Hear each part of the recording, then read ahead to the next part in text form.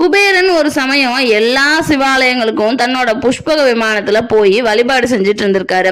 அந்த நேரத்துல காவேரி நதிக்கரையில மான், புலி, பசு, யானை, பாம்பு, எலி இது எல்லாமே ஒரே குட்டையில தண்ணி குடிச்சிட்டு இருந்திருக்குது. இத பார்த்த குபேரனுக்கு ரொம்பவே ஆச்சரியம் தாங்கல. ரொம்ப நிதானமா இந்த அழகையெல்லாம் குபேரன் ரசிச்சுட்டு இருக்கிறாரு. அந்த நேரம் சிவபெருமான் குபேரன் முன்னாடி தோன்றி அந்த நதிக்கரைக்கு பக்கத்துல ஒரு இழந்த மரம் இருக்குது. அந்த மரத்துக்கு கீழே மண்ணுக்கு அடியில என்னோட சிவலிங்கம் இருக்குது.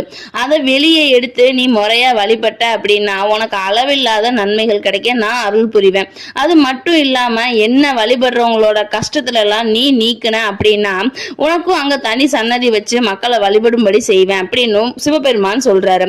இதை கேட்ட குபேரன் சிவபெருமானோட வேண்டுதலுக்கு எல்லாமே ஒத்துக்கிட்டு மேலும் தான் ஒரு வேண்டுதலையும் சிவபெருமான் கிட்ட வைக்கிறாரு. அது என்ன அப்படின்னா, அங்க என்ன வழிபடுறவங்க குபேரன்ற பேர்ல வழிபடாம அழகே